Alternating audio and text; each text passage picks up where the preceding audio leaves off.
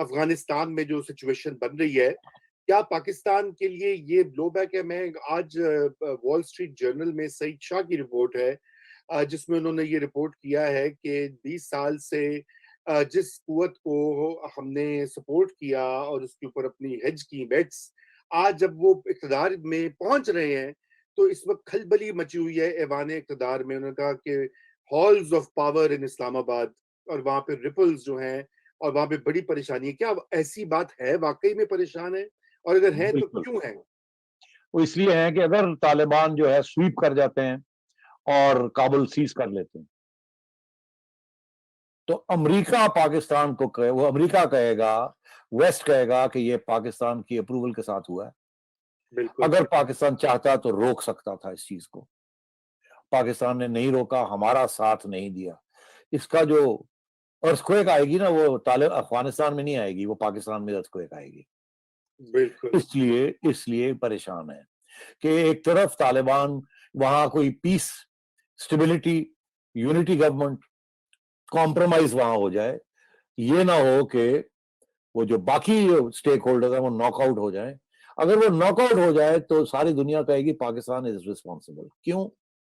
20 साल आपने पनाह दी तालिबान को, 20 साल, और अभी भी आपके तल्लकात हैं तालिबान के साथ गहरे।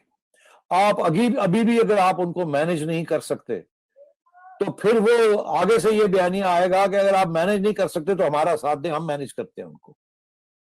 ये जो बात हो रही है ना, repositioning over the horizon corridor, over the horizon corridor, ये बेस की जरूरत नहीं है। कल को अगर ऐसे लगा कि Taliban are about to sweep into Kabul और अशरफ गनी जो है वो जहाज पकड़ के भागने लगा है, तो मैं आपको ये बता दूं कि जो अमेरिकन फिफ्थ जो फ्लीट है, they are already moving into positions. उन्होंने 3 अपनी सी फ्लीट्स जो हैं उनको मर्ज करने की कोशिश कर रहे हैं, और वो इस वक्त मूवमेंट में है ताकि वो पोजीशन हो जाए in the Arabian gulf and Indian ocean, जहां से अगर जरूरत पड़े तो they can actually militarily intervene from the air in Afghanistan. याद रहे 1998 में जब ओसामा बिन लादेन को ढूंढ रहे थे, क्लिंटन एडमिनिस्ट्रेशन ने मिसाइल्स फायर की थी on supposed camps in Afghanistan. Those cruise missiles missile. flew over, cruise missiles, they flew over Pakistan. और पाकिस्तान को उन्होंने, जैसे क्रूज मिसाइल ऊपर से जा रही थी, तो पाकिस्तान को उस वक्त इत्तला की गई मिलिट्री कमांड को जनरल ये जहांगीर करामत को एक खुसूसी मीटिंग में एक अमेरिका से साहब आए थे जिन्होंने मुलाकात की और डिनर के बाद क्या, बाय द वे ये हो रहा है काम, तो आप जरा परेशान नहीं होना कि ये इंडिया से आ रहे हैं। जी, वो I am glad you explained it. सिर्फ मैं ऐड कर दूं कि उन्होंने जहांगीर करामत साहब का हाथ भी पकड़ लिया था कि डोंट वरी, ये इंडियन मिसाइल्स नहीं है, ये हमारी मिसाइल्स हैं, एंड डोंट गेट अलार्म्ड। तो बात यह है कि आप तो हेलीकॉप्टर्स को नहीं रोक सके जब वो आए थे ओसामा बिन लादेन को लेने के लिए, तो आप अमेरिकन मिसाइल्स को रोकेंगे, और रोक के क्या करेंगे? तो इसलिए ये बातें अपनी जगह पे होती हैं, रियल पॉलिटिक वो और चीज होती है, नेशनल इंटरेस्ट कुछ और होते हैं। अगर ऐसी सूरत हाल होती है और उस वक्त तक कंसेंसस इस मुल्क में नहीं क्रिएट किया जाता बाय द पॉलिटिकल पार्टीज, तो पता क्या होगा? जुलूस निकलेंगे यहां इमरान खान की हुकूमत के खिलाफ और एस्टैब्लिशमेंट के खिलाफ कि ये हुआ, आपने क्यों नहीं रोका, और ये ऑपोजिशन सारी वहां बैठी होगी, तो ये कैसे इस तूफान को रोकेंगे? उस तूफान से पहले कुछ ना कुछ अंडरस्टैंडिंग की जरूरत है, कुछ ना कुछ बेस बनाने की जरूरत है, तैयार करने की जरूरत है कि हमारे मुफाद में क्या है और क्या नहीं है। तो इसलिए मैं ये समझ रहा हूं, मैंने आपको 2 बातें आज कह दी हैं। America is not leaving Afghanistan, it is repositioning itself. उन्होंने अपने सोल्जर्स ले गए, but they are repositioning themselves. They will not allow the Taliban to seize full control of Kabul. आपकी भी पोजीशन यही है आज तक कि we don't want a full fledged Kabul में Taliban government, because that will create instability for Pakistan. तो बिल्कुल, ये अभी अगले 6 माह में बहुत कुछ होने जा रहा है, इसीलिए परेशानियां हैं और होनी भी चाहिए।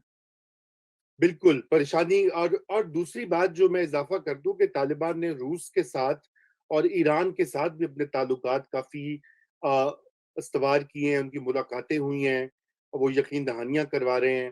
तो ये भी एक तरह से मेरे ख़्याल से एक नया डायनामिक है, जहाँ पे सिर्फ़ पाकिस्तान वाहिद उनका बैकर या सपोर्टर नहीं रहेगा, बल्कि दीगर पावर्स भी शामिल हो जाएँगी।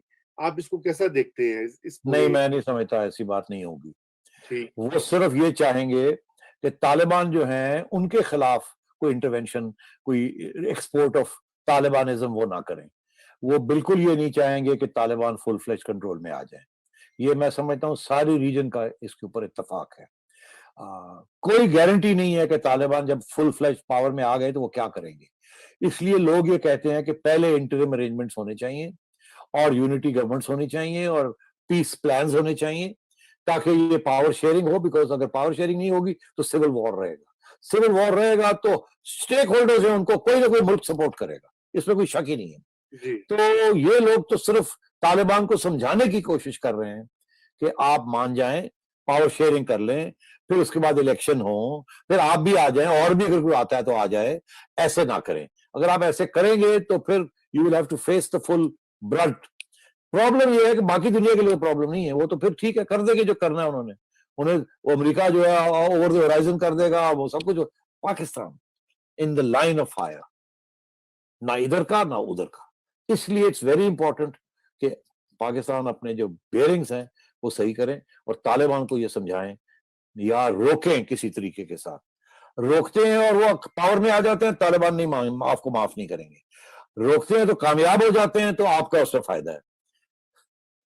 जी, मगर बिल्कुल। ये, हाँ, तो ये it's a very tough act to follow. बि उसके लिए यहाँ आपको कोई पॉपुलर लिजिटिमेट गवर्नमेंट चाहिए जो वो सारा बोझ जो है वो बर्दाश्त कर ले और एस्टेब्लिशमेंट को सारा बोझ अकेले ना उसको बोझ को उठाना पड़े। जी, ये सोलंकी साहब कोई और सवाल आपका है? नहीं तो मैं ऐड ये करना चाहता हूँ कि क्या वाक़ई पाकिस्तान की इतनी लेवरेज है कि तालिबान उनकी बात मानेंगे? ऑफ़िशियल पोज़ीशन ये है कि जी अब वो हमारी बात नहीं मानते, वो हमारा इतना असर नहीं है। कभी ये बयान आता है, कभी शेख रशीद कहते हैं उनकी फैमिलीज़ यहाँ पे हैं। कुछ जैसे मैंने तज़ादात की बात की थी, वो कॉन्ट्रडिक्शंस यहाँ भी बार-बार प्ले आउट होती हैं। तो ये आपसे मेरा आखिरी पॉइंट होगा। सोलंकी साहब अगर आप कुछ ऐड करना चाहते हैं तो? मैं मुख्तसर बात करूँगा। जो पाकिस्तान की लेवरेज है, वो बिल्कुल है, लेकिन वो गैर महदूद नहीं है और वक़्त गुज़रने के साथ ये कम होती चली जाएगी। अगर वो अफ़गानिस्तान पे वो अपनी पावर मोनोपोलाइज़ कर देते हैं, तो क्योंकि उनको कुछ रीजनल ममालिक की सपोर्ट भी है, तो इस वजह से मैं कह नहीं सकता कि वो किस हद तक पाकिस्तान की बात मानेंगे।